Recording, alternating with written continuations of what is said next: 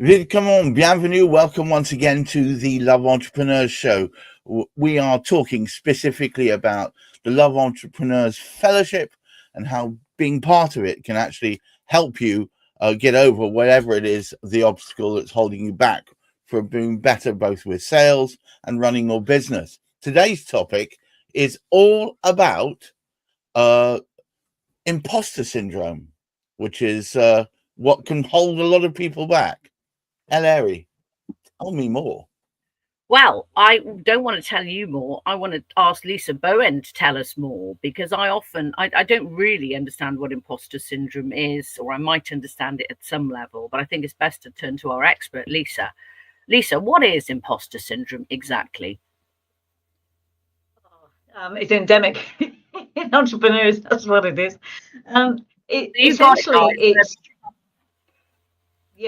Essentially, it's not feeling good enough.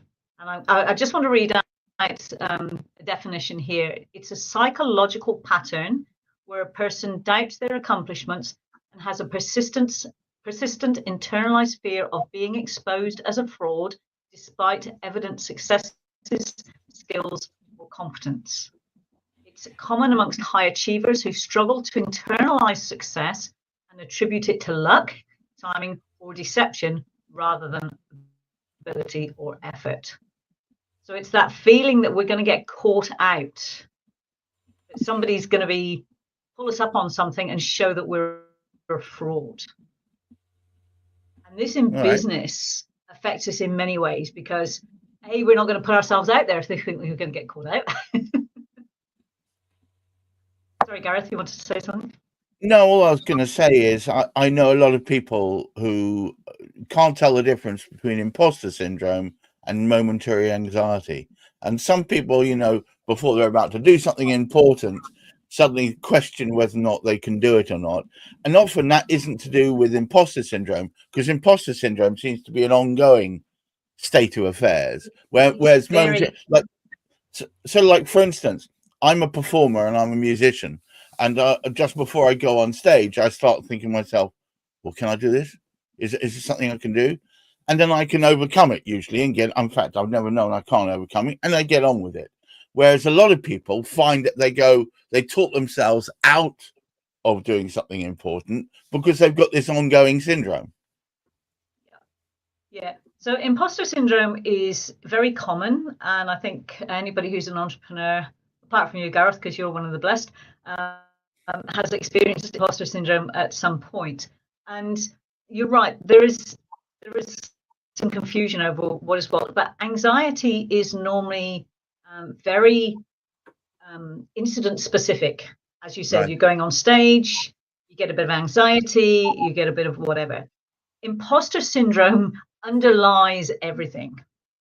So for me, I had it really badly, particularly when I was in the army, and very much when I started my therapy business. It was like, well, who do you think you are?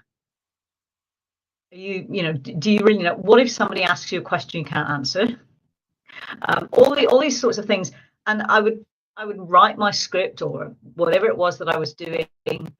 And the interesting thing for me was that this bit here that says a persistent internalized fear of being exposed as a fraud despite evident successes, etc., who struggle to internalize success and attribute it to luck or other things. Now, I'll have my hand up to that. I was guilty. I never celebrated my successes because for me, it's just what it is, so I never saw it as an achievement. It was more, whew, nobody caught me out that time. I got away with it again and could move on from that. Now, I was very lucky being in the army. I didn't have the opportunity or the luxury of not following through with things. There's always somebody behind me making sure that I did it. But it actually impacted my whole life, and I didn't realize until I understood what imposter syndrome is and acknowledged that that's what was affecting me. Because people laugh and go, yeah, imposter syndrome, but it's a very real fear. And it can manifest obviously in different ways for different people. And like you say, for a lot of people, Gareth, it can actually stop us going ahead and doing things. Right.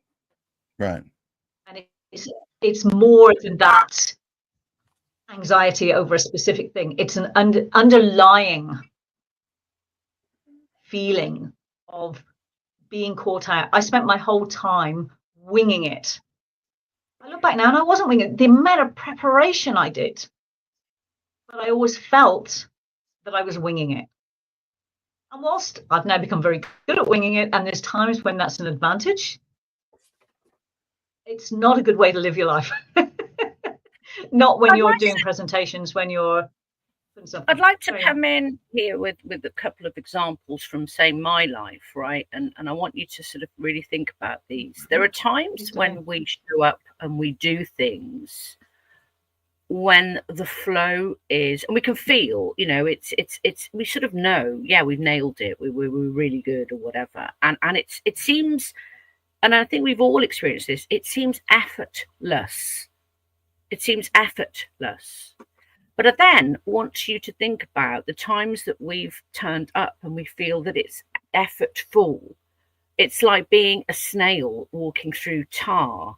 We feel there's no flow, there's no confidence, there's no this, there's no that. And that is imposter syndrome right there. Now, I often wondered, you know, how many people, we know people, do we not, that we're often saying they're winging it, but everything is effortless.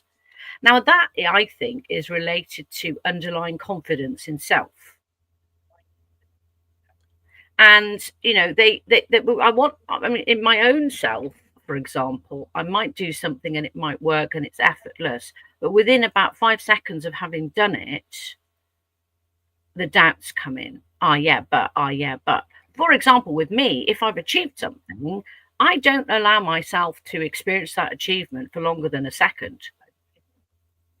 And that happens without me getting involved at all. That is hot-wired into my brain. Now, is that imposter syndrome? Soft-wired into your brain. Yeah, okay. That's very much imposter syndrome, Larry. That it, like you say, you can wing it and you can come off and everything is in flow. But then there's this feeling of, well, that was pure luck. There's no recognition of the amount of effort you've put into creating that, doing the work behind it. It was just pure luck. And then there's this sense of, oh, thank God for that. I've got away with it again. Yeah, I didn't get caught out. Even though it's in flow, and when we're in flow, it's because we're bloody good at what we do. Yeah, there's that fear. And that's what's really behind imposter syndrome. It's that lack of recognizing our own ability and just putting everything down to luck. So I'd like to just have a look at how to overcome it. And there's lots of different ways, but the first most important way is to actually to acknowledge it, because so many of us don't think it's real.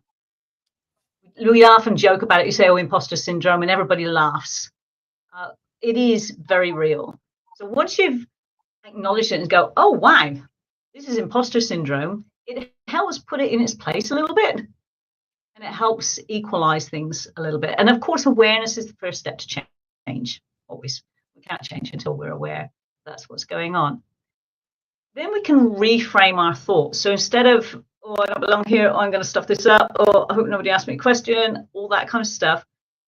Wow, this is an exciting opportunity to grow.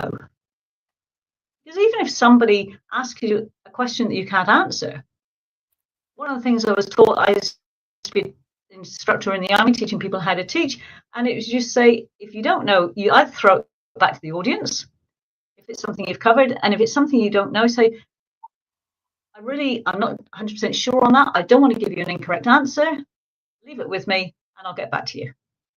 So straight away we can take away the fear of being asked a question we can't answer. It doesn't make us look stupid. What does make us look stupid is lying and trying to make something up on the spot. That's where we're going to get caught out. But do we think, though, this is why I've often thought that imposter syndrome doesn't apply to me, right? I've often thought this because people don't dig very deeply into it. They just look at it on the surface level. They look at it as, oh, do I have self-doubt or whatever? And they think, oh, and they know what self-doubt is, so they can recognize self-doubt, right? But that very often I don't think they do. Because I think this, and I'm learning from you, Lisa, here, that this sits deep, deep inside us. Right now, I used to, when you said to me, the fear of not being good enough, now that permeates through me, but it doesn't. If you ask me today, I would say, oh, no, that's not true. But actually, I think it is true because I've learned to mask it. I've learned to cope with it, but I've never really addressed the baseline underlying issues. Otherwise, I would float through life. I wouldn't get stressed about things. I wouldn't get overwhelmed. What's the point? Because everything will happen when it's supposed to happen. So I think this is something, the word is almost like wrong.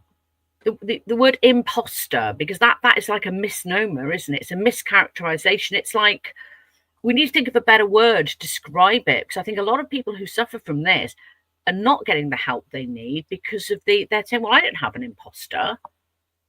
They don't quite understand how it shows up. Yeah, so the imposter syndrome name, I think the imposter comes from pretending to be someone we're not. And there's, like I said, there's this feeling of not being good enough, of not being, going to be caught out because we're presenting ourselves as the expert or whatever it is we're presenting ourselves out. So there's almost, that's where the imposter comes in. So I understand what you're saying, Larry. And that's where it comes from. It's that almost that we're presenting this persona that isn't who we are. Yeah, we're trying to present this persona who isn't. I think it should be renamed personal misconception, where you actually misconceive who you actually are. You've got this film playing in your head about who you are, which is completely at odds with how other people perceive you anyway. And this then plays into, well, if that's what they think of me, then that's how I'll be. And the problem with that is it's pernicious. The more you do it, the worse it gets. And to break the cycle, that's the trick of it, isn't it, Lisa? Yes. So that's where we need to look at, ways of, first of all, we have to acknowledge that that's what it is. And we can dismiss it as anxiety or any of those things. The reality, it comes down to self-worth. At the bottom line is self-worth. If you said to me I had low self-worth, I'd go, you got to be kidding me. Because as you said, Larry, I've masked it for so long. Yeah. To me, I felt I had really good self-worth. I do feel I've got good self-worth now. I don't very often get imposter syndrome. I might get anxiety, but I don't very often get imposter syndrome. But I have years and years and years of imposter syndrome. So totally get that. So we can reframe our thoughts and as to that this is another growth experience for us. And people aren't anywhere near as critical as we think they are. No. We're our worst critic when it comes to everything. And things that we know, so anybody who's ever gone back and watched themselves on video or have done something and thought that they paused too long or they made too many ums or ahs or whatever, and actually go back and watch the video, the recording, and there's no evidence of that whatsoever. So we build this thing up to make it much bigger than it actually is. So another way to help, and this helps improve our, sorry. No, I'm just getting a question from a member of the audience by WhatsApp. That's why I was on my WhatsApp. This doesn't appear to be streaming at the moment, Gareth. No, it's streaming to yours, it's streaming to hers, and it's streaming through my X and my YouTube. But for some odd reason, LinkedIn is having a problem with mine. I had this on a previous stream today as well. It's not. Yeah, it says on mine. There's a. Yeah, mine's the same. It's come up with a. What I'm going to do, just so anybody who catches it, yeah, I'm gonna manually push this out afterwards anyway, so it'll go out as if it were live, but I'll manually put it out. Fantastic. Okay, I'll just message Malcolm Simpson in the audience there, who is desperately trying to find out when it's on. So there we go. Well, Thank you, that's good. You know, Hilary, but you know that tells us that people actually watch the damn thing, so that's good. Absolutely. But I'd like to. But this is not something. No. On a serious note, right? So this, I think, the imposter syndrome point has more legs than we give it credence for. I think this shows up. It's not just lack of confidence, but it's lack of belief in self-worth, showing up. It's a whole slurry of things that culminates in I'm not good enough. Now, I'm not good enough in your head has the power to completely enable you to self-sabotage everything. I did that in my career.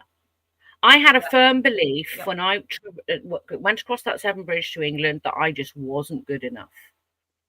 Now, that was not true. That was not true.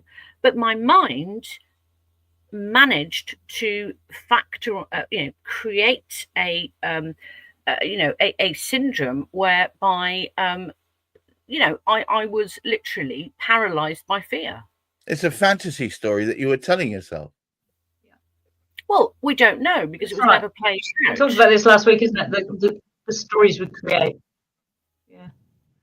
Yeah, but the point anyway, is, I'm just conscious of time, so I just want to go there. So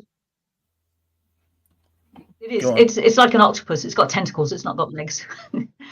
So one of the other things that we can do is keep a success journal of achievements, positive feedback, and progress, even small ones. One of my issues was that I got pregnant at 15, left school, didn't take exams, didn't go to college, didn't go to university. So it was like, who on earth do you think you are to do what you're doing? And it was only when I realized how much time, money, and effort I'd invested in my personal development that I realized that equated to a university degree. It gave me a bit of a shift on life. I didn't go to a formal education, but my education has been pretty solid. So one of the other things we can do is talk it out. Sorry, what I'd like to do is wind this up so I can then push it out, and I might catch the same event as booked on LinkedIn. The sooner we bring this to a close, the better we'll do it. So what I would suggest we do is perhaps talk a bit more about imposter syndrome next week. But thank you so much, very much, for taking the time out today, Lisa and Hilary. And to all of you out there who feel like you're suffering from imposter syndrome, never fear. Help is at hand in the form of Lisa Bowen. We'll be talking more about this next week. So please just try and realize that you may not be who you perceive yourself to be. You may be far more powerful than you let yourself have credit for. Until next time, thank you very much. Bye-bye now.